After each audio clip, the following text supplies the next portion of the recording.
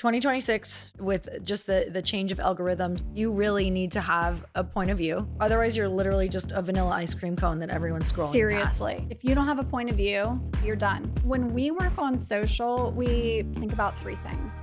What value are you bringing? What vibe are you bringing? And then what can you say that has viral worthy potential? And usually that part's a little scary.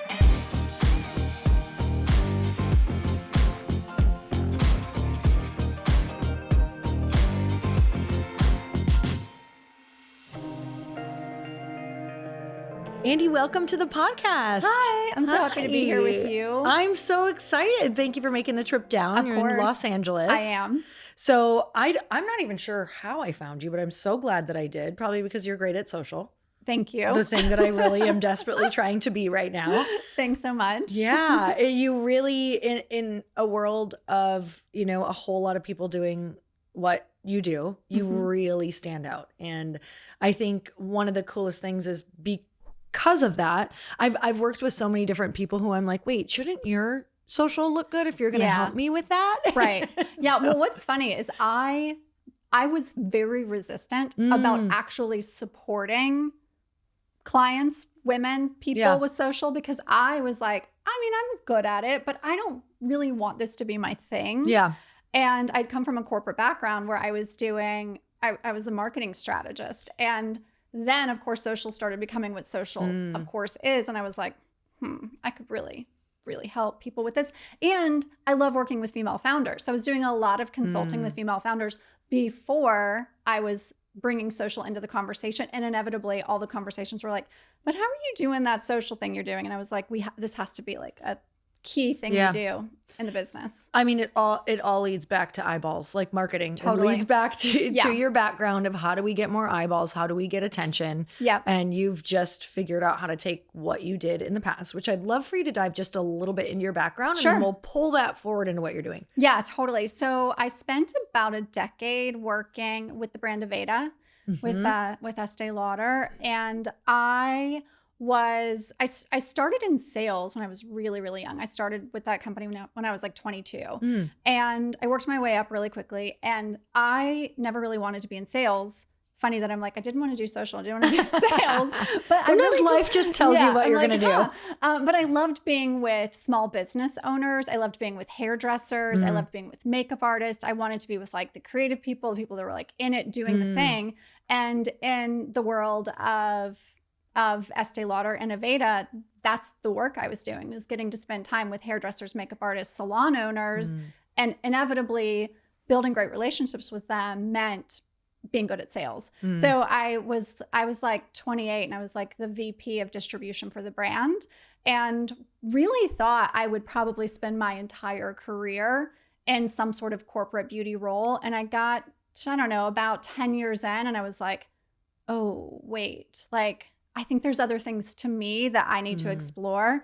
And so I left on really great terms and stayed a consultant for that company for many, many years, which really kicked off my opportunity to start being a consultant. But that's where I like really grew up, is working inside a corporate beauty brand.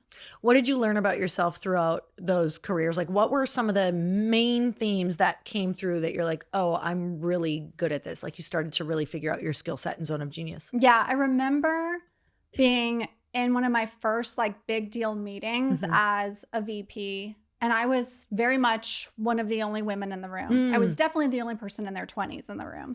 Was that crazy intimidating? Oh, hell yeah. I mean, it was totally crazy. I remember that meeting. There was 2 other women in the room, and there was it was like maybe 15, 16 people. And the rest were gentlemen in their 50s and beyond. Okay. So I'm like in the room, and I had like studied, I like knew the financials. I knew everything I needed to know to show up and be really like good in that meeting. And at the end of the meeting, one of those 2 women who had to do a lot to be there themselves said to me, she was like, you did great today. You obviously know your stuff. But the thing that we know you have that we didn't see today is you have a deep sense of what's really going on with our customer, because you listen to your intuition so much when you're out there with them. I want you to do that in here too. Wow. And so I like immediately was like, oh, they want me here because my gut is good. That I have a good sense of what we should do as a brand. And I don't need to let these guys intimidate me. Otherwise, it wouldn't be her to begin with. What a gift she gave you. Totally. She's Like- still someone I call occasionally. I'm like, hey, girl. Oh like, my help God. me Like out. that's giving me chills because sometimes people offer us those little gifts that like, if that wouldn't have happened, you may not have leaned so hard into trusting yourself, which is clearly where Totally. your genius is coming from as well. Yeah. Wow. What a gift. Okay. So your intuition through like really deeply trying to understand the customer. What were some of the things that you were doing with that customer that was like revealing what they wanted? Or like, was there questions? What were you putting them through? So most of the people that I was working with, like the customer I was working with they were small business owners. So they were salon and spa owners that were carrying the products that we sold. And then at the end of the day, the customer also became the people who worked inside their businesses. So the hairdressers and the makeup artists working, or the estheticians working inside their businesses. And so what I really needed to understand is what gets them excited about doing their best work. As hairdressers and makeup artists, I love creatives. I love artists. Like that's my people. So if I could understand what was really going to get them excited to do better work, then they were going to inevitably sell more product because they were going to be doing better work. And the salon owner would be more successful because they were having greater sales. And then they would be really happy with what I had done with their hairdressers and makeup artists. And then my bosses would be excited because they're like, whatever you did in there today, sales are up. Yeah. So, the thing that I really had to learn, the long story of that is what motivates people to do their best work and how can they show up in a way that is true to them, but that's really like elevating every single day. And if I can help people do that and they're reaching their potential, then I'm in turn am going to reach mine. I love that. Tell me a little bit about the sales portion. So you said, okay, I didn't want to be in sales. Right. How did it, obviously if they're putting you there, it's because you're good at it. What were some of the things that you noticed that were like your natural inclinations that you leaned into for sales? Tell me a little bit about that. Yeah, I mean, mostly, and I think salespeople who, I think today we kind of know this is a thing. People who do well in sales are just great relationship builders. They build trust really naturally with people, and that is something I definitely do. And so when you told, 22-year-old me, you're going to go be in sales, that felt like it was going to be slimy. And I think we still kind of can have that feeling when we're selling. So I had to think about, okay, what actually am I great at? I am great at building relationships. I'm great at seeing people's potential. I'm great at helping motivate people. And in turn, there's a product that I represent in that job that they will get excited about. And I think that applies, very much as a woman who has multiple companies now and working with female founders. I'm sure you hear this all the time too. We still kind of feel like sales is slimy. We don't want to do it. Selling on social feels slimy. We don't want to do it. But if we think about it as a relationship building mechanism, then it's a whole lot easier to do. I completely flipped how I view sales because technically for anyone listening, like you're doing sales in your life all the time without all day even long. realize it. Yeah. Like you're selling yourself. You're literally selling like your children every day.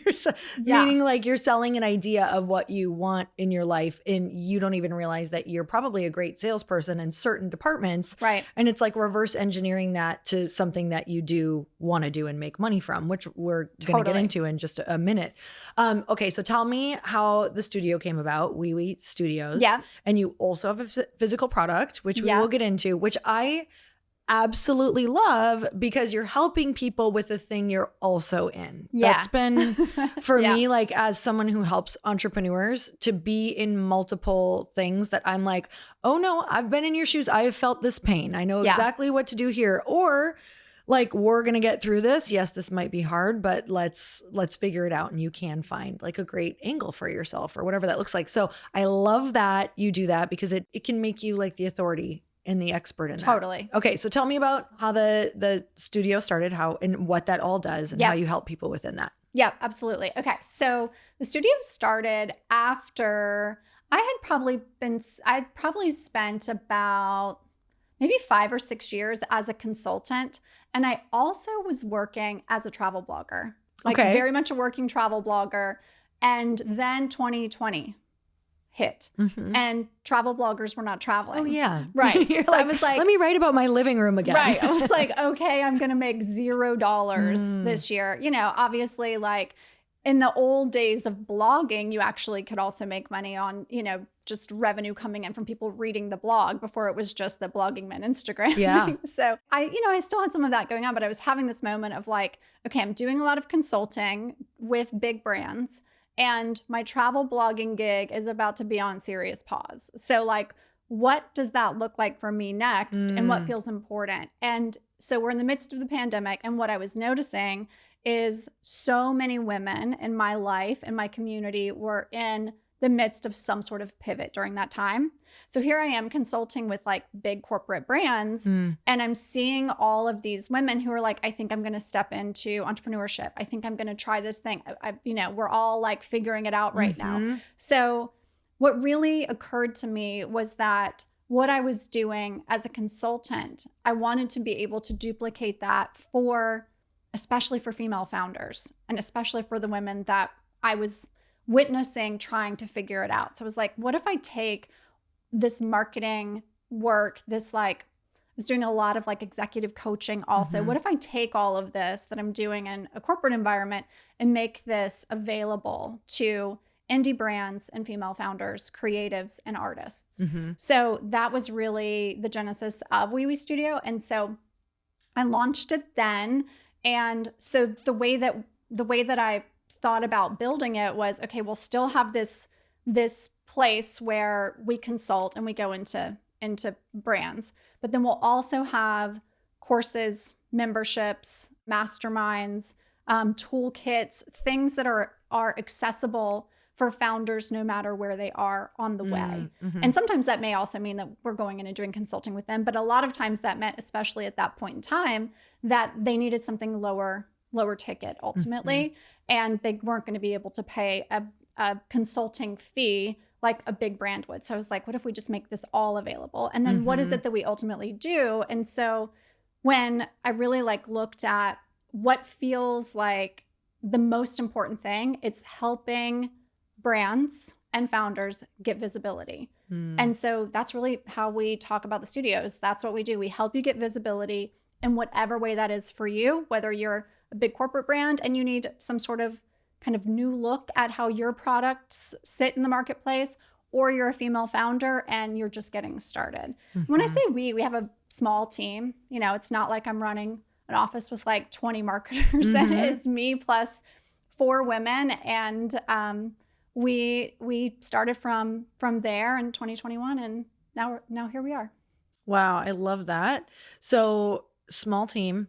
You tell me about your ideal client. Like, tell me about who mostly comes here. We were kind of We were kind of talking about that because I was like, here's how I found you. Here was my struggle. And I'll just share what we had said. I said, you know, the reason I was attracted to your page and what you do is because I had come from a different industry. I'd come from like digital products, coaching, masterminds, books, events. And while that was doing really well, the messages, the more you do get confusing. And then now throw in that I have a physical product. Right. And I still feel it's getting better, but like so spread thin. And when I go to social, it's like a giant clusterfuck because my messages are all over the place. I'm like, what do I talk to first? Who do I talk to? Like, who's my demographic in this one? Who's my demographic in this one? And it's almost like I feel like for creative people, what can happen is it just you go into avoidance because there's just too much. So that's where I was. And I'm like, no, Lori, you have to sit and you have to learn this. Like, you have to figure this out. Yeah. And so that's where, I found your page. I found a few other people's pages, but you really helped me with a few, just like understanding like, how can I have some key messages around each thing that I'm doing? So tell Totally. me about your client, because I feel like her, but tell me your ideal person. Well, that you just described, that's it. That's the client. I mean, what we see now, the women that are coming into the studio now are typically just like what you're describing. They've built something, whether it be, we have a lot of women that come in that have been creators, they've been influencers, they've built a personal brand, and now they also have one product brand, a second product brand, or they've got a book deal, or they're doing TED Talks or things of that sort, and they're trying to sort out, how do I show up as me, and how do I also support the products or the brands or the things that I'm doing, and how do I stay, exactly what you're talking about, how do I stay really aligned to what that looks like and get the best results, and how do I figure out who my people are, and what if I have people that sit in like multiple seats with all the things that I do. So that's what we see a lot. That's the clients that come in that really want like the deep brand work. We also have a mastermind program called the Cult Brand Blueprint Accelerator. And in that program, it's a whole lot of startups. So we have lots of female founders who are building some sort of startup business, whether it's CPG or a service style business. It's a little more CPG in that side of things. But in their case, they're usually like, I'm launching a beauty brand, or I'm launching a wellness company, or I'm launching an app. I'm launching something and I'm trying to figure out, what does that look like? And how do I as the founder show up? So it's a bit of both of those two things.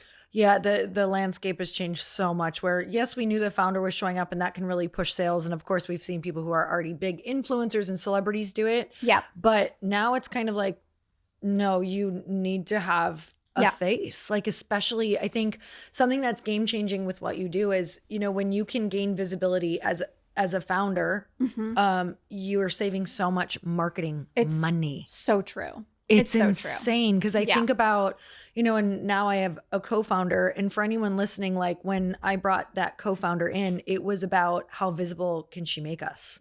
Because you can I could pay a lot of people for talent for different things, but what you can't pay for is somebody who can organically get a lot of eyeballs, like who understands how to do that and who understands how to do sales. Are you looking to take your business's marketing to the next level? Meet Brevo, the all-in-one marketing and CRM platform designed to help you connect with customers, drive engagement, and grow your business. With Brevo, you can manage all your customer interactions in one place, nurture leads through their built-in CRM, and reach them through email and SMS, and boost retention with powerful automations. Effortlessly create personalized multi-channel campaigns that ensure every single customer gets the right messages at the right time. And that's not all. Brevo offers AI-driven personalization, advanced analytics, seamless integrations, and more, giving you everything you need to market smarter and not harder. Get started for free today, or use code HAPPY to save 50% on starter and business plans for the first 3 months of an annual subscription. Head to www.brevo.com/happy and take your marketing further with Brevo. If you're anything like me, you have the best intentions during the holiday to get somebody that special gift that makes them feel so thought about, but then time runs out and you feel like you're left with a gift that's not going to feel important. You guys, this is where Aura Frames is the solution to do it quickly, but also give a gift that feels so incredibly personal. So who are you always struggling to shop for? You guys, Aura Frames are so incredible because you can upload unlimited photos and video. Just download the Aura app and connect to Wi-Fi, and immediately you can start personalizing your Aura frames for that special person on your list that you really want to feel thought about. You can preload photos before it ships, you guys. You can keep adding them from anywhere at any time and really personalize this gift and message before it even arrives at their house. So you can't wrap togetherness, but you can frame it. For a limited time, save on the perfect gift by visiting auraframes.com to get $35 off Aura's best-selling Carver matte frames named #1 by Wirecutter by using promo code EARN at checkout. That's auraframes.com, promo code EARN. This deal is exclusive to listeners and frames sell out fast. So order yours now to get it in time for the holidays. Support the show by mentioning mentioning us at checkout. Terms and conditions apply. So I think for, maybe someone who isn't super visible yet, or a founder who's like, no, I need to be a more visible founder, like the things that you teach are so incredible for that. And you can really, what I'm finding is, because I'm just consuming so much content and looking at so many different things. And what I love about your content is I do believe with what you do, you can make people the authority pretty quickly. I think so too. I mean, what's been interesting in the seat I sit in, because I'm also in process of launching a brand, is I went through exactly the work that we do myself. Yeah, it's so powerful. I mean, I had to, because I since 2021 have been the founder of Wee Wee Studio. So the way I was typically running Wee Wee Studio in terms of driving sales was on my personal page, which is Wee Wee Girl, which is my old blog name, which is why it's called Wee Wee Studio and Wee Wee Girl. So I was like, I just have to run this one page. Just got to do me on this page and I will drive sales into my business. It's great. It's easy. Then 3 years ago, I started working on the beauty brand. And I was like, there's going to be a moment where I have to be the founder of two. So I can't only drive Wee Wee Studio on my personal page. I have to really now establish Wee Wee Studio as its own standalone thing. And it's going to have to do its own work. It still means I'm behind it, but it has to have its own voice, its own point of view, and it has to fit me, but it can't be me. It can't just be me. So I had to think about that and then start thinking about, now, how do I on my page start talking about the fact that, and I'm now launching a beauty brand. So you know me as for my longtime people, they knew me as a travel blogger. So like, you've known me as a travel blogger, and then I launched this studio, and now I'm launching a beauty brand. So I had to think through all of that in a really big way. And so probably, I guess like 6 months ago, I made a really hard, fast decision that we were going to double down on everything we were doing with Wee Wee Studio on its own independent page and really drive business through that page. So I took my old podcast page, which was totally dead. I'd kind of never done anything with it, and was like, this is now the Wee Wee Studio page. It's going to go hard. And it really has. And it's like, it does its job now. But that's a hard thing for a lot of founders who have visibility already, but then they've got all these things going on. They're like, do I start another page? Do I change the name of my handle? What do I do?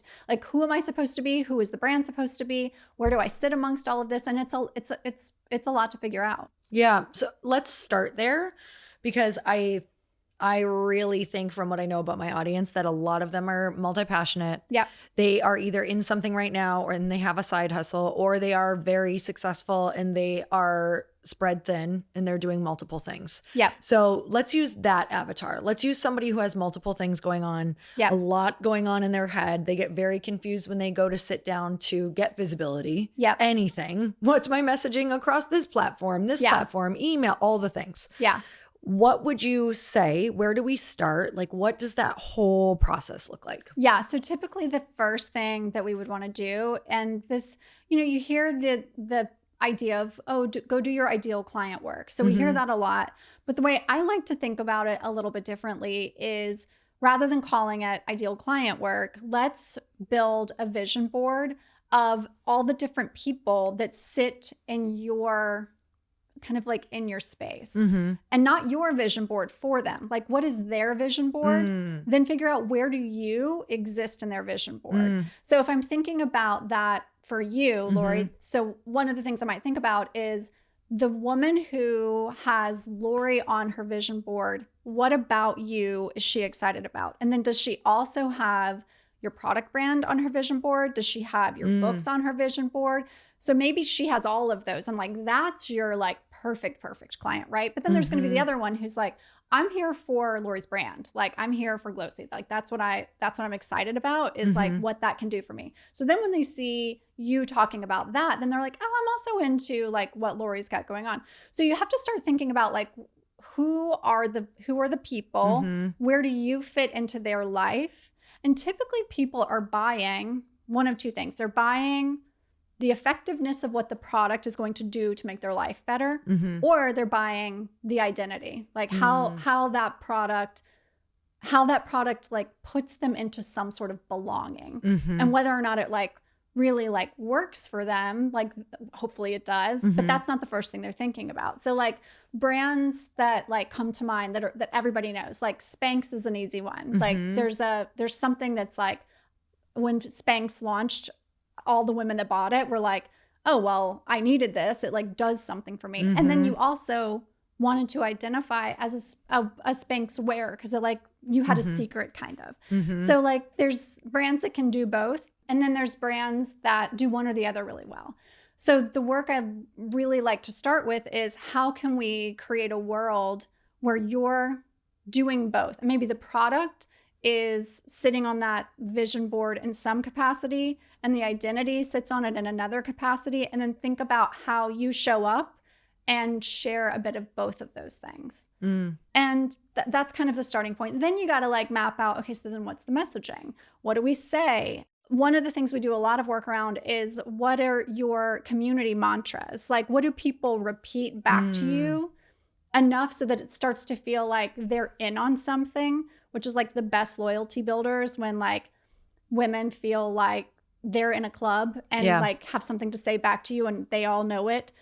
So that's something we spend time on, is like really like thinking about what that set of language might be. Brand rituals is a really important one. Like, does your brand do something special that when the customer experiences it, they're like, oh, that's super cool. And I want to be a part of that. A really nice example that I saw recently was Sif from Array, the brand Array, was talking about how when they first launched, they put a Polaroid picture in every box that they packed before it went out.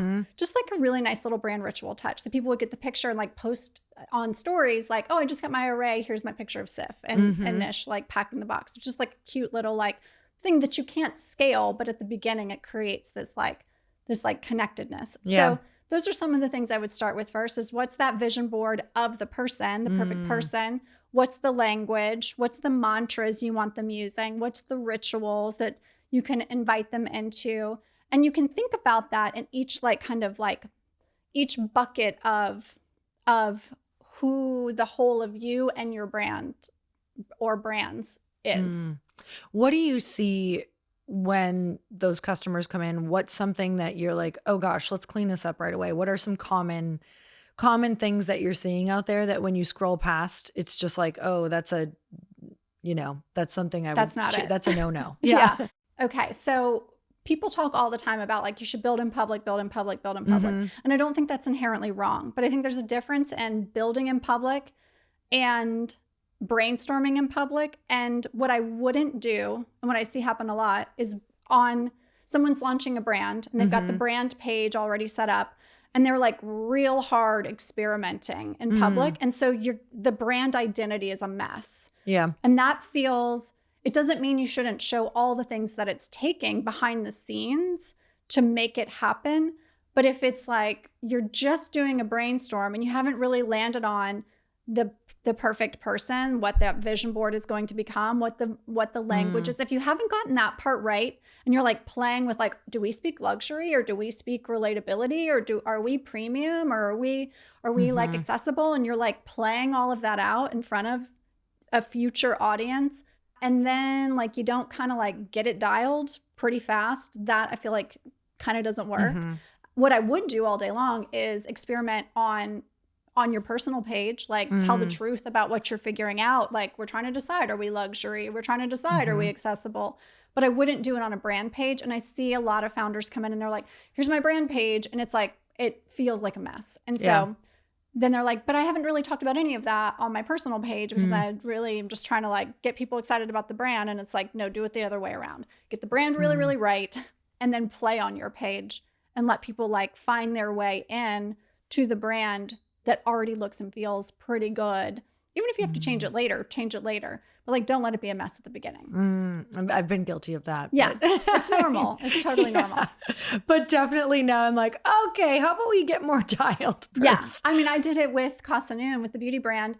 I like had packaging that we ended up scrapping that I like had whole photo shoots with. Oh yeah. Like I think we all do that at some point. And we're like, no, this is it. I got to show the people. And then I was like, well, that was like, we scrapped every bit of that, archive every one of those photos. I've done it multiple times. I'm a fast start too. Yeah. Like I'm just like, get it out. And I'm Yeah. like, dang it. Yeah. As I get older, it's only taken me like 45 years, but Right. as I get older, I'm like, okay, like good things need a second. They do. They just need a second. Like no matter how good that you have been at winging it, I especially think moving forward into 2026, like I think things need to be more thoughtful. Totally. And what you said is brilliant. It's like still show the build because people need to see the behind the scenes. But I think like what you're rolling out with exactly needs to be thoughtful. So in terms of saying that just for people for the tactical, like maybe showing it through stories or reels, not showing final pieces and posting final pieces. Exactly. Yeah, that's the difference. The difference is like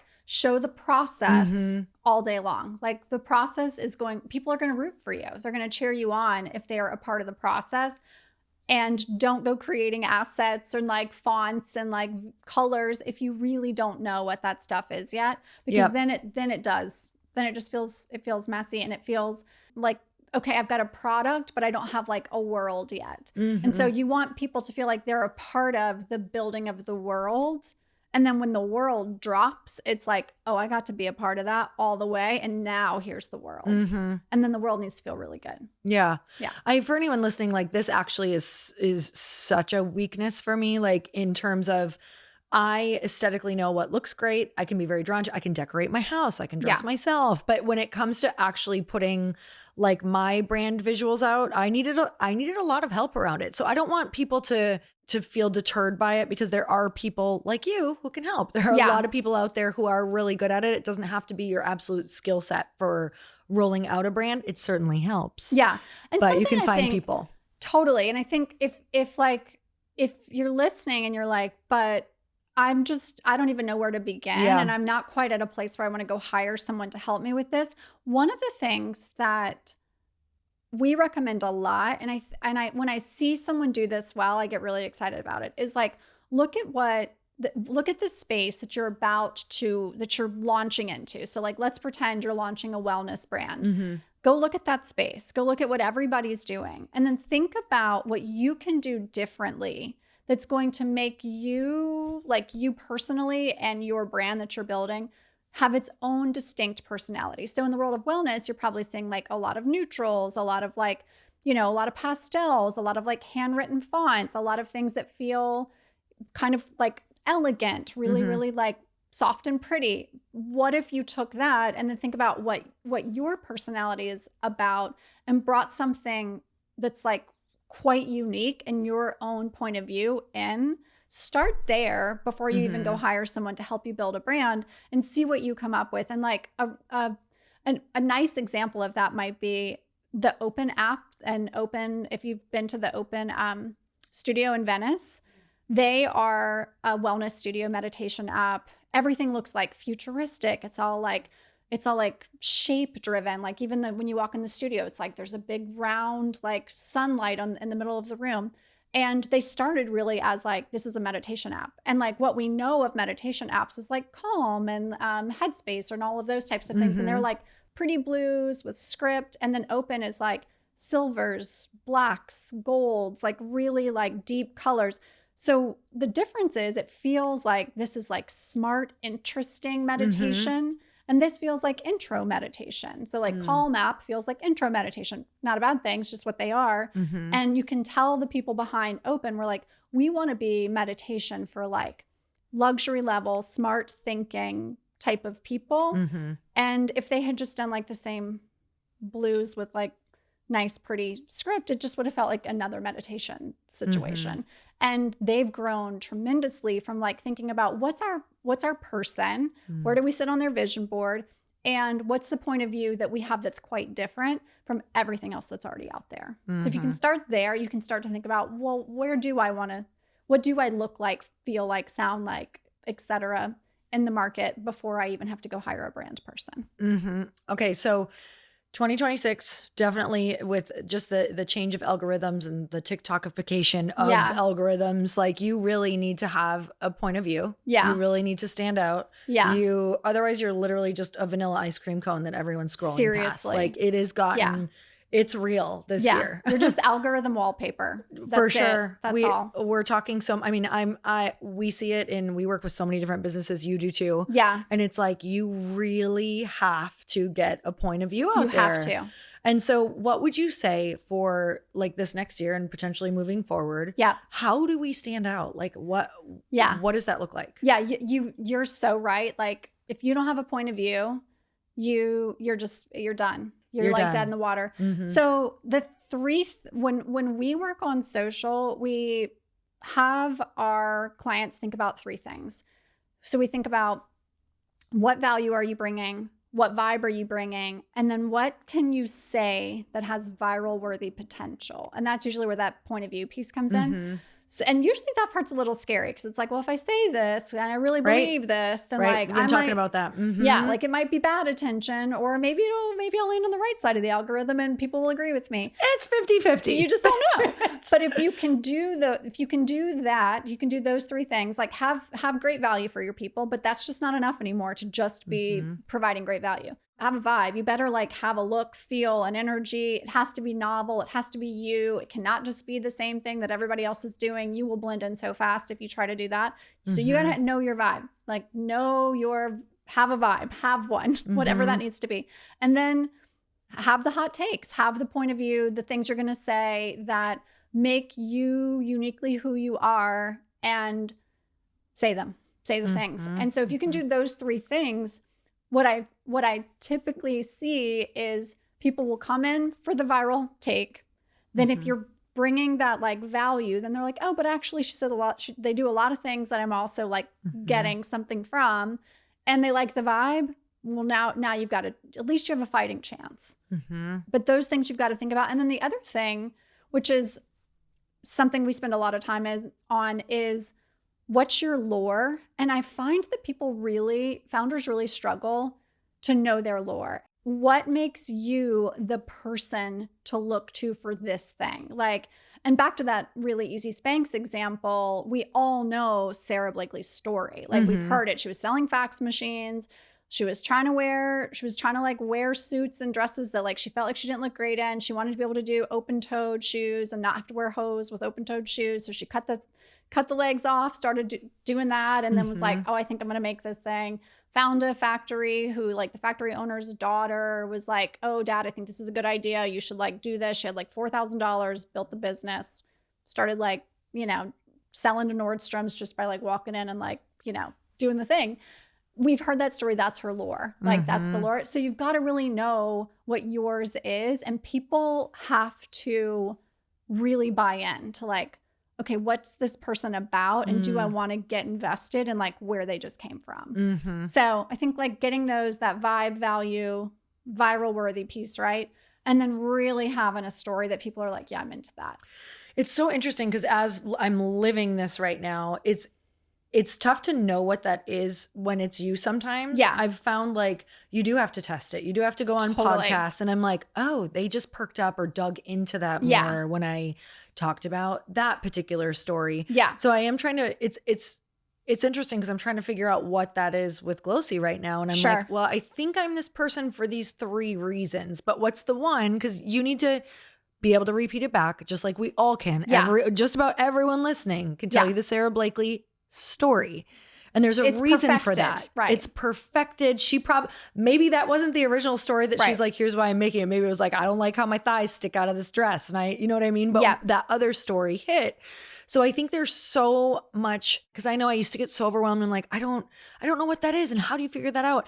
This stuff takes so much testing. And you have to talk it out. You have to talk it out. I mean, go be in rooms with women, just like you just said, and talk about what you're creating or what you've built or what your products are or what your story is, and notice, like, what do people get excited about when people introduce you? What do they say about you? Yeah. And we're so like close to our own stuff that it's like, we cannot half the time, like even kind of see the things that like light other people up about us. So if we can like figure that stuff out, when we run our Cult Brand Blueprint Accelerator group, it's one of the things we have them work. It is the thing we have them work on first, is what's their founder lore. And it's interesting to see how much women really struggle with like getting that into like a packaged up thing because we've never had to do that. And we kind of don't want to like, we don't want to like humble brag so much. So it's like, what makes you special? Right. And you're like, like, well, I just want to help people with this.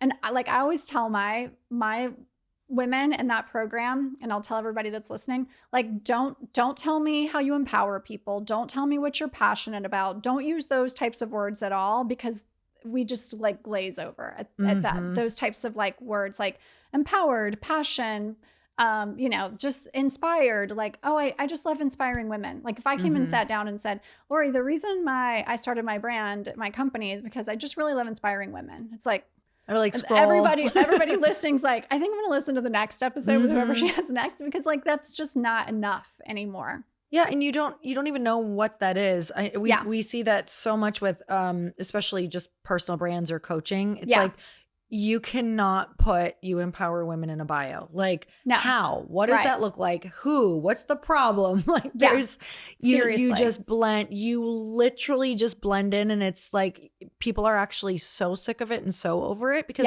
you don't even know what it means, like, at all. You couldn't even start to guess what that means. Because it really doesn't have it doesn't hold any value for anyone, because they're not like, I'm looking for empowerment today. We always say that. We're like, did she wake up and roll out of bed and go, I'm just looking for an empowerment coach. Yeah. Like, who can be that for me? Because I'm not inspired. Like, we know if we're not inspired, but the thing we're not saying is, please, someone come empower me so I can we're like, I need to make more money. I need to find better friends. I need like cooler relationships. I like want to travel more. Like I want to feel sexier, like whatever it is. Like totally. There's an outcome you're looking for. And whoever it is you're going to hire in that world, in a coaching world, for example, has to be able to show you, this is how I take you from where you are right now to getting sexier or getting wealthier or getting happier or getting better dates or whatever the heck it is. Yeah. Okay. So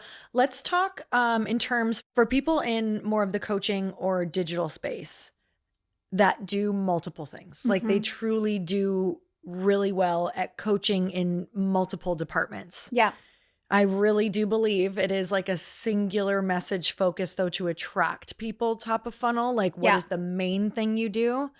One of the biggest struggles that I see all the time is they're like, yeah, but that's not just what I do. So it's so hard to lead with that. You know, it's so hard to almost like how big brands just have one tagline. Yeah. They, Estee Lauder might do a million things and have, skincare and makeup and all the things, but they're probably like, they're leading with one through line tagline that someone across the entire world could be able to tell you. So what would you say for people who are in the multifaceted businesses and they can help you with multiple things? Yeah. How do you figure out the one thing you lead with? Yeah, it's such a good question. And and the Estee Lauder example, and one that we all know is Nike. Like, what is Nike? It's just do it. Well, they sell tennis shoes. They sell, clothing. They sell all sorts of things. So I love that question, because I think that's where you have to start thinking about, what is my community language? And can I create language that my people, whether they buy this program I have or this program I have, and I'm doing all these different things, what's the overarching language that they will identify with? And I'll give you an example.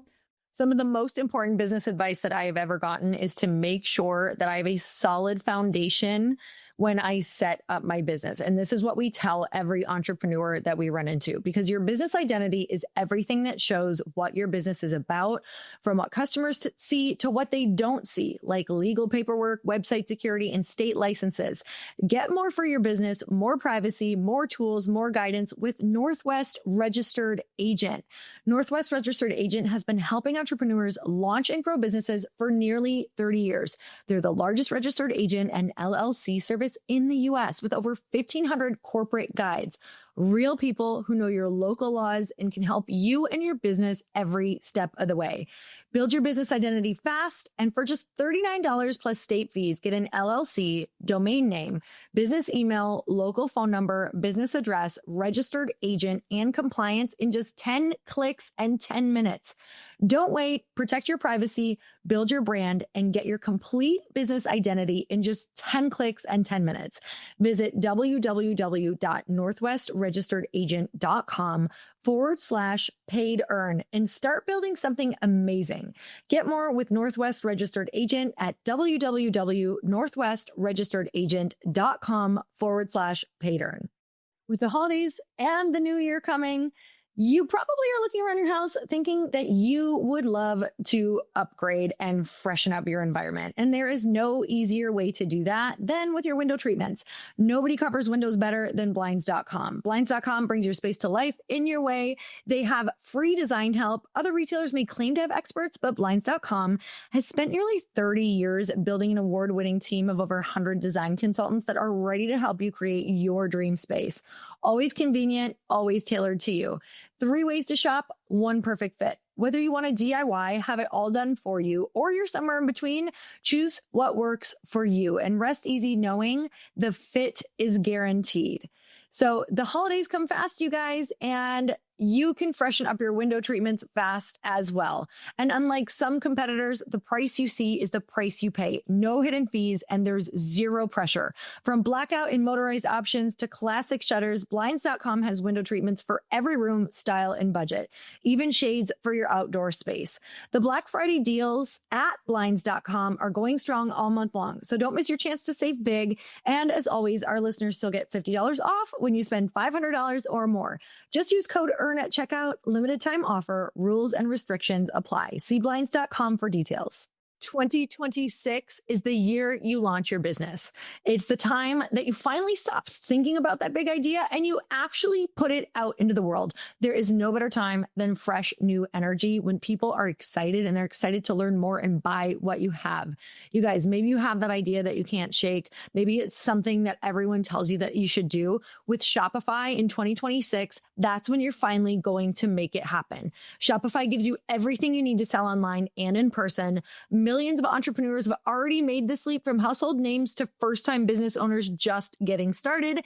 And you guys, my company, Glossy, is among them. And you better believe I have my Shopify notifications turned on so I can hear that chime every single time a sale comes in. Shopify gives you all the tools to easily build your dream store. Choose from hundreds of beautiful templates that you can customize to match your brand. Setup is fast with Shopify's built-in AI tools that write product descriptions and headlines and help you edit product photos. Marketing is built in too. Create email and social campaigns that reach customers wherever they scroll. As you grow, Shopify grows with you. Handle more orders, expand to new markets, and do it all from the same dashboard. In 2026, stop waiting and start selling with Shopify. Sign up for your $1 per month trial and start selling today at shopify.com/happy. Go to shopify.com/happy. That's shopify.com/happy. Hear your first this new year with Shopify by your side. Okay, ladies, I have to tell you that the bane of my existence has been shopping for bras and underwear because I wear so many different styles of outfits. I'm always dressing up, but I also want to be comfortable and I want them to disappear underneath your clothes so there's no panty lines, and I can also wear them underneath any type of top that I want. And I can tell you that my life has become so much easier because I have found the Fits Everybody collection from Skims, and there's nothing like it, you guys. It feels incredible. It molds to your body, and it's like you're not wearing anything underneath. If you haven't tried these yet, you absolutely have to. You guys have been wearing them for about 6 months, and I've absolutely replaced all of my bras and underwear. So if you want your life to get easier, let me tell you, I'm going to share some of my favorite products. So I consider myself a bralette connoisseur. So I got the Fits Everybody Triangle bralette, and I'm amazed at this product. The brand provides amazing support and lift, but I don't feel like it's suffocating me at all or cutting in anywhere. So I don't know what kind of magic they put in this fabric, but it's like nothing I have ever felt. It's buttery, it's soft, it's beautiful. I love the colors. Shop Skims Fits Everybody collection at skims.com. After you place your order, be sure to let them know we sent you. Select podcast in the survey and be sure to select our show in the drop-down menu that follows. That's Earn Your Happy. And if you're looking for the perfect gifts for everyone on your list, the SKIMS Holiday Shop is now open at skims.com. We, in my community, we started testing, and you got to test this too, because it's like you might come up with something you think it's really great, and then no one's like, it's not sticky. So one way to think about it is like, can you come up with something that's like a little bit, maybe even opposites, like in the words of really, I'm going to share my example in a second, but one that I see that I notice like gets a lot of traction is, her name is Amy, and her handle on Instagram is Lazy Millionaire. She gets so much traction because it's like, wait, you can be lazy and be a millionaire. And so then she sells her programs, and she has a manifestation program and a course creation program and a social program. She has all these different things, but everybody wants to identify as, in her crew, in her customer list, as a lazy millionaire. So she can just say like, this is how you become a lazy millionaire. And then you can buy any of the many things that she offers. So in our world, one of the things we started playing with a couple years ago was that we're no gatekeeping smart girls. And so all these women would come in, and sometimes men too, and they're like, I want to be a smart girl. Like, I want to know what's like what's not being gate kept. Like, I want that stuff, and I want to be a smart girl. So then we could sell a retreat, we could sell a course, we could sell a mastermind, and it's all under the umbrella of, you're going to come here and we're not going to gatekeep, and you're going to be a smarter girl than you already are when you leave. So you're going to know some stuff, whether it's like how to build a funnel, or how to create social, or how to map your brand language, but it's all through that lens of like being a smart girl. So the long answer to that, where I'm like really getting to, is like, figure out what the identity is that people will really connect to, create language around that. Then you can sell all the things underneath that as people come in and really identify with what that is. Okay, love that. What is your like definition of success for yourself right now? Gosh, it's changed so much. Also, Same. like it does once we're in our 40s, right? We're like, oh, life has a very different lens when you're in your 40s. My God, way different than I even expected. Yeah. It's a whole other podcast for us. Yeah, we could totally just dive right in there right now. We really could. Yeah, I think success for me now is, am I creating the spaciousness to live the way I want to live? And it's like, I say that as I'm launching a beauty brand. So it's not like I'm like doing that actively today, creating a lot of space, but I am ultimately in charge of my life. You know, I've created a company that I get to decide what it looks like. And ideally I'm doing that again with the second business. So I think like having that spaciousness, it would be a lie for me to say like, it's like I work until 2 and then I have the whole afternoon off. Like that is not my reality right now. I have a membership group called Out of Office Club, and like everyone in that group, like the definition of success for the group is that we get to live out of office lives. It doesn't mean we're not working when we're out of the office, but we're like getting the spaciousness of like really having the choice to be wherever we want to be, to travel, to to be with family, to be with friends, whatever that looks like. So that's probably what my definition of success looks like.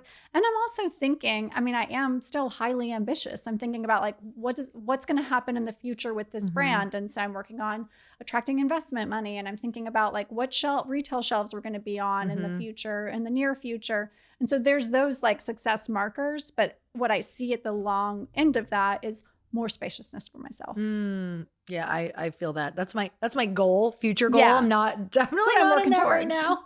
But we're working towards it. And I am enjoying it. Like it is a lot. I will say it's like more than I've ever experienced right now with the product, just right exactly where we're at too in a fundraise.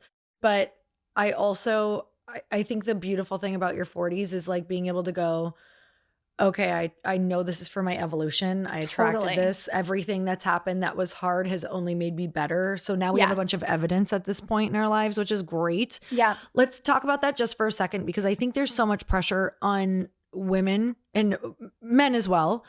But it's like now we see all these 20-year-olds who are popping off because the content that we're seeing is the successful content, which makes us think everyone's successful. We're not seeing as much. This is also really important for you guys to hear, because we're not seeing as much of the people kind of just getting started because that content's being muted. They don't have it on diet. They don't have it on lock yet. They haven't figured that out.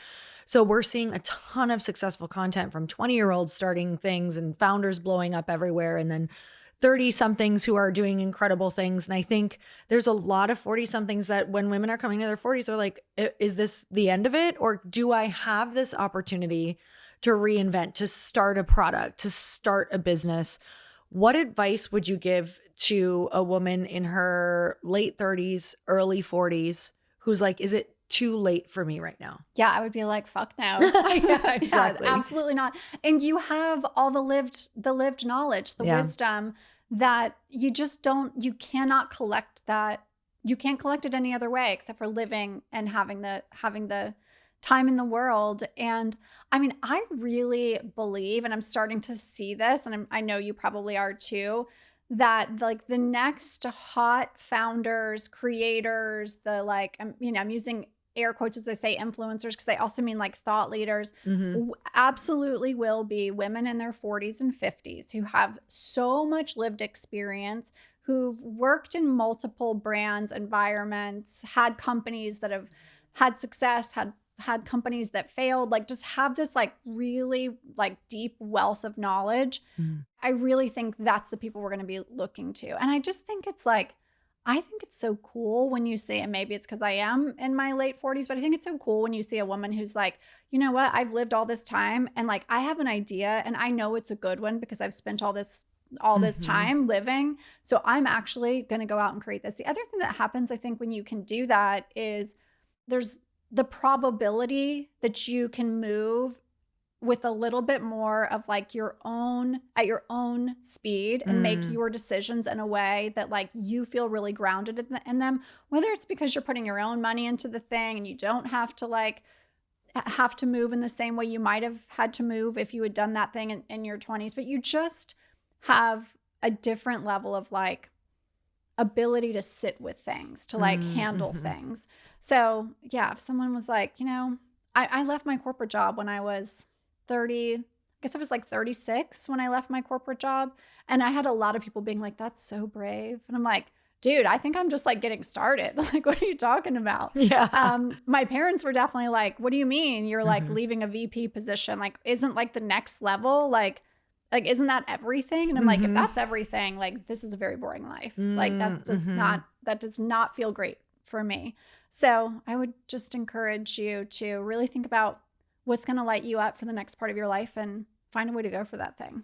Oh, it's so empowering. And I think there's so many gifts in your late 30s and 40s. I can only imagine what comes in our 50s. Yeah. Because exactly what you said, I'm like, oh my God, if I would have had this business even in my 30s, like earlier to mid 30s. Yeah. You're so much more reactionary. You just are. You just haven't had the ability to know that shit sandwiches come multiple times a day. Yeah. And that they're not like, you're going to get through it. And it's actually what entrepreneurship is just problems. Yeah. And like, you just solve problems all day. Yeah. And I think if I would have really fully understood it at like a grand scale, it would have been, I didn't have the experiences yet to let that emotion, like to make decisions from a place of like regulated emotion. Totally. It's interesting, as we're recording this episode, we just went through the whole round of the 30 under 30s of the year, just all happened. And I'm in a lot of like circles where women that I know are like getting those awards. And it's like, I look at that stuff and I'm like, it's so incredibly cool that they can have the depth of knowledge that they inevitably are exposed to today that we had no chance of getting when we were in their shoes and at that age. I think that's amazing. And I also sit and think about like, if I was 28 and I was getting an award like that for something I had built, I just don't know, like thinking about myself personally, would I then want to like, I don't know, how would that feel for me? I would feel so like tied to having to do that thing for some long haul or sell it. And that would be great if that's what happens.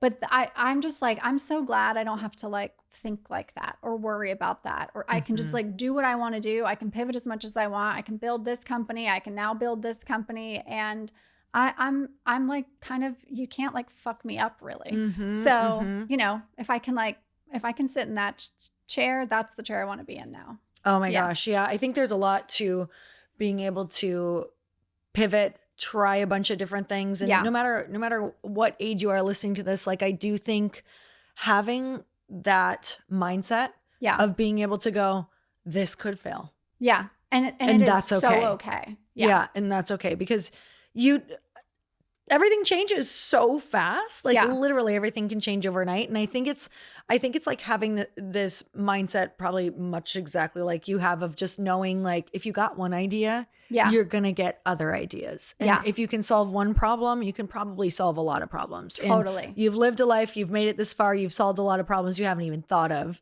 Yeah. And it's thinking in a different way. So, you know, we had kind of talked about when I asked you what you were excited about or what you love talking about, you're like, you know, just doing you. Like, what does that look like? What does that look like for you? Like what's given you a lot of freedom in your life? I'm guessing this has probably come in your later 30s and 40s as well, of like, what does doing you mean to you? Why is that important? Yeah, it's so true. It is the thing I really love thinking about and talking about, is like really getting clear on the word I just used was like what lights you up, like what gets you excited, where do you want to spend your time? I think like for me personally, when I was younger, I cared so much about like, was I in the right room? Like, was I invited into the conversations? Like that stuff really, really mattered. And we lose track of who we are if that's the stuff we're always thinking about. Like if we're always thinking about like, how am I perceived, or how do I get perceived in the way that I want to be perceived? We're also living in an era of social media is the thing. And it's like, so it does not matter who you are inevitably playing some version of you on social media. Like none of us are like authentically like we just live every day on social. We just can't be, because your life doesn't exist in like 45-second clips. Like it's just not how it is.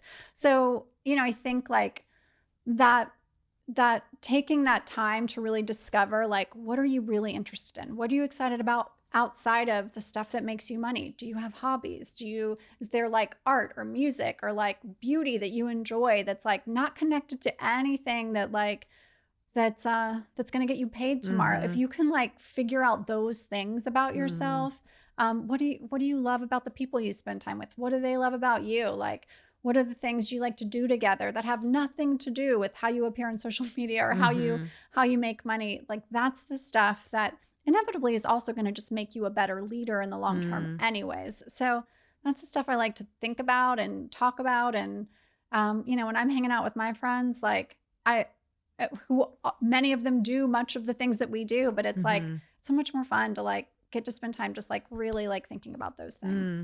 What are some of the things that are lighting you up right now? I know you love your business. I know you love your product, which I'll ask about in a minute. But what are some things that are really helping you just feel a little more, like your life is fun. Yeah. It's multifaceted rather than just business. Yeah. So okay, anytime I share some of these things, people are like, wait, what? I'm like a massive motorsports fan. Okay, I love this. Yeah. So that's one thing that I'm like, I get excited about knowing that like I'm creating like a possibility of like getting to go to the next like F1 race. Like fun. That's fun for me. Yeah, that's so fun. I read a ton. Like my husband and I are both like massive like book nerds, and we have like a book club with our family with like the siblings, and we all like read books together. I love that. It's when I think about like the people I like want to spend time with, it's like I want to talk about the books we're reading. I want to go somewhere cool. I want to talk about the sports we're watching. And like, do I ever talk about sports on the internet? No, but I'm like and a part of me is like, I just love a good competition. So I'm like, I want to talk about that stuff. Like the one that everybody kind of knows about me is travel. I mean, I love traveling. That's very much like I'm living for like opportunities where I get to go cool places. But those other things I really, really get excited about too. Art. I love art. I love spending time talking about art. My husband's so damn cool. He just enrolled in a college oil painting class this semester. Yeah. And was like, he was like, I'm 20 years older than everybody else in the class. He's like, this is so much fun. And I'm like, I want more of that type of stuff. Learning. Yeah. Like learning something maybe you didn't even expect to like enrolling yourself in different things like that. That hugely lights me up. And I think for a lot of my friends and a lot of business people I know, like it's so helpful getting out into something so different like that. Like I'm literally I've gone to breakdancing class with 14-year-olds. That was awkward, but I definitely did it. And it was fun and crazy, and it was great stories. I'm looking at an adult gymnastics class right now. amazing. Did a circus class. I'm very like physical. Okay, I'm My into favorite it. thing to do is like wakeboarding, wake surfing. Yeah. So that it helps my creative brain. Number one, it helps things shut off because a lot of You got business to. people and business women, especially because our brains are wired to constantly bringing everything in our environment to be like, Yeah. is it okay? Is the child safe?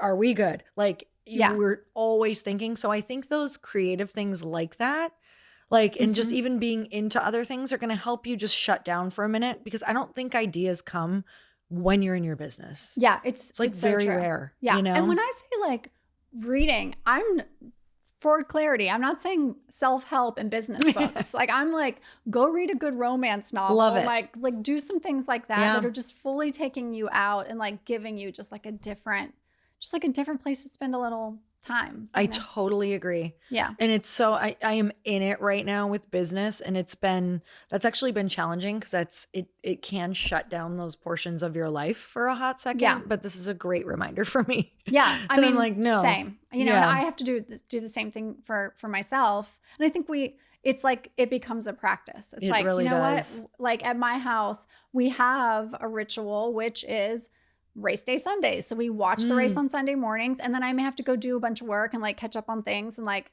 but like that's time we're going to like watch the race. We're going to have our coffee. We're going to make pancakes. They're usually banana pancakes. Like that's what we're going to do. Yep. And that's time we can be together. And then we maybe have a bunch of other things to go spend time on, but that's okay. We're just like making that connection time.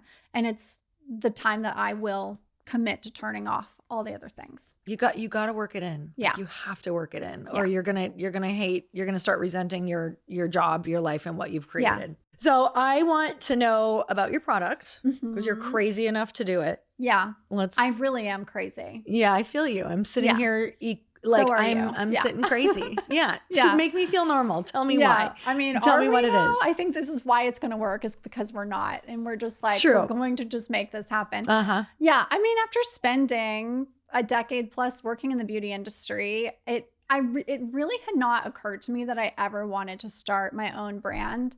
And then I spent all this time working on brands and I'm like, but what would I create if I were going to create something? And I probably had that floating in the ether for a minute. Like it was definitely there. So then I really started thinking about this more seriously, maybe 4 years ago or so. And it's, you know, when someone says out loud, oh, there was like this hole in like the skincare space and I had to create this thing. I'm like, that's not true. There's no holes in the skincare space. There's something for everyone.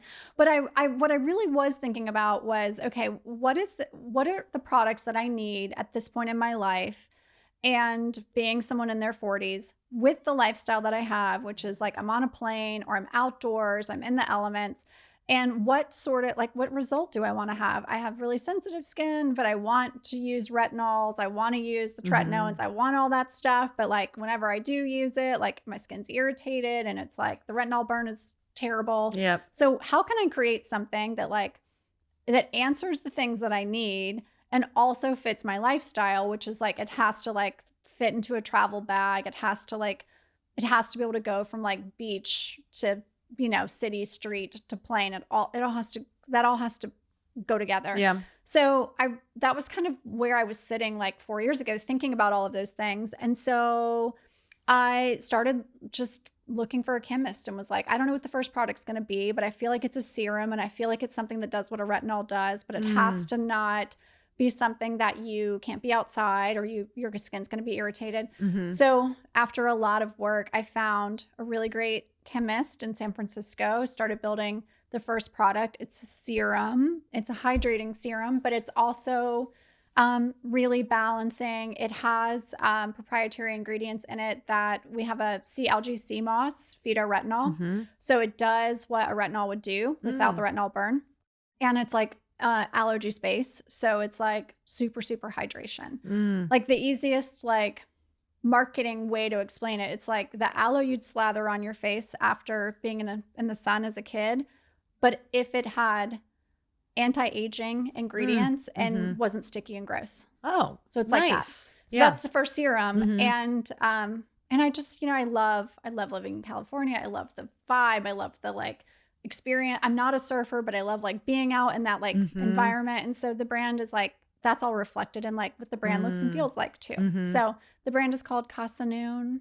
We're launching with that first serum. It's called Sabbatical, and it's just like badass. I'm so excited about it. I'm so excited for you. Yeah. It's a big deal. It's a big deal. And you're pre-launch right now. We're You're pre-launch getting right very now. close. We're very close. And yeah, and it was a 3-year process. Yeah. Really. I mean, we got all the way to launch of product 1 about 1.5 years ago. Okay. And then I realized this was before the chemist that I'm working with now. There were some things I realized like I just didn't feel great about that we had done. Packaging was one of them. I'd made this like massive mistake of thinking I wanted this like beautiful glass bottle that was going to like live on people's shelves. And then I like did my own, like the work I do with my clients. I did it on myself, kind of a little bit backwards, where I went and built the packaging before I did that work. Yeah. And was like, dude, you are a constant traveler. You can't have a glass bottle. Like, what are you doing? Yep. You're going to have to now transfer the product into a travel bottle, or like this was wrong. Like you did this wrong because you thought you wanted something beautiful that's just going to like sit in the bathroom. And that is not your life. And it's not going to be the life of the women that are going to use this product. So we had to like scrap that. And the component that was really important to me was having that proprietary, what has become that sea moss sea algae blend, which I didn't know how to create. And I was trying to find the person that could create it. And I didn't know how it would be created. And I just wasn't landing that. And I had kind of like accepted what I had got until I was like, no, the packaging's wrong. The product's wrong. This was very expensive, but we need to stop and start again. So did that about 1.5 years ago. And this is why you have to be crazy to do these things and start it again. So no, that stuff happens all the time. I mean, I started a full company before this. It pivoted because I realized I never really thought through my skill sets and the way that this product would be marketed. I had started, this Glossy was originally something called Light Pink. It was a non-alcoholic rosé and then a light wine spritz. And if I would have gone back, I would have done an exercise much like what you're talking about that said, there's so many exercises you should do before launching a company, but one really should be like, what is your skill set for marketing? Yeah. Like what are you able to do in the company that is like the biggest asset to the company? And that for me was marketing. And unfortunately with alcohol, I can't market the way that I know how to because I can't run ads to it. You can't talk about alcohol on certain things. Like there were so much red tape that I was like, I just took away one of like the biggest needle movers in the way that I know how to make money, that I'm no longer like a huge asset to what a company where I could be a massive asset to a wellness company. Like, and I have proof of that in my life. Yeah. I've already done that with a product that was a wellness product. So for people listening, it really is like, you love skincare. It's what you came from. And then one of the main things that you realize is you're like, wait, this also needs to fit into my life, because one of the main ways you're going to talk about it is that you can use it for traveling. You can, it's so like easy. It goes everywhere with you. Throw it in your purse for the beach, all of these different things. And I think that we can get very like excited about how something feels. Like I've gotten so caught up in like, oh, that looks so luxury. I wish my thing was like that. And like, let's be real, Lori, like, how are you really throughout the day? Like, yes, you have these multiple sides of you, but what is it about your life that makes you want to grab something? And then the consumer who you're talking to and your audience and all the things. So very important exercises. Yeah, you have to do it. Yeah. And that's exactly what I did. I was like, this bottle is gorgeous. It's so luxe. It's like going to be, everybody's going to take pictures of it for their Instagram. And it was all that. And then I was like, I mean, I brought it with me on a trip and the damn thing broke. Like, like the inner stopper thing broke. And I was like, what? Like, if this isn't a sign that I have done this wrong, then I don't know what is. And so I really went and like the next move was like, I need to get the right advisors to help me really define not the brand piece. Because then I was like, I did this to myself. But I need someone who can help me with packaging and not just me being like, oh, that's a pretty bottle. I need someone who's like, no, this is what the level of this brand deserves. So let's get the right packaging. So then we went to South Korea, got really great packaging because they're like the innovators of skincare. Relationships I never could have gotten on my own because I had never done that before. So, you know, the big lesson was like, get the right people to get your back, help them. Like if they see your vision, that part doesn't have to be tremendously expensive if somebody really gets your vision, and give it the time that it needs, which I feel like now is a theme of this conversation, but give it the time it needs to get it really, really right. Yeah. We want to rush things, and things cannot be rushed, and it'll show you. Yeah. It'll show you. So. Yeah. So now I'm so excited because I'm like, oh, it's great. And I'm thrilled. Yeah. I'm so excited for you. So when are you launching? Yeah. So we're launching, mid-January, end of January-ish, sometime in January. Okay. We're launching D2C. We have some really great retail conversations that are already in the works, of which I can't quite yet talk about, but we'll have some really cool, very aligned retail partners coming pretty quickly behind that. But you'll be able to buy it at casanoon.com, which is CASA, Casa Noon, like the time of day. .com. And the first product is our sabbatical serum, the hydrating serum. We've got some really cool, like fun, merchy things too, beach club merch that's already available. And it's been really fun to see our community start to like buy that stuff and wear that stuff, getting excited about the product. How fun. Well, Yeah. I will link everything up below. Thank you. So we have that all in the show notes. We'll have it for the product. We'll have it for Wee Wee Studios. Awesome. We'll have your Instagram down there. So you guys can Great. all just scroll right down and check it out if you want to work with her, if you want to see what I'm raving about, if you want to see the Instagram. She gives so much value on her Instagram alone. I've gotten like immense value just from watching your Instagram. And I've also bought one of your products, which was great too. So Thank you. I'm so grateful for you. Thank you so much for coming on the podcast. Thanks for having me. It's been so fun to get to hang out with you, Lori. Oh my gosh. This is my favorite thing to do. Totally. So. All right. Well, until next time, earn your happy. Bye, everyone.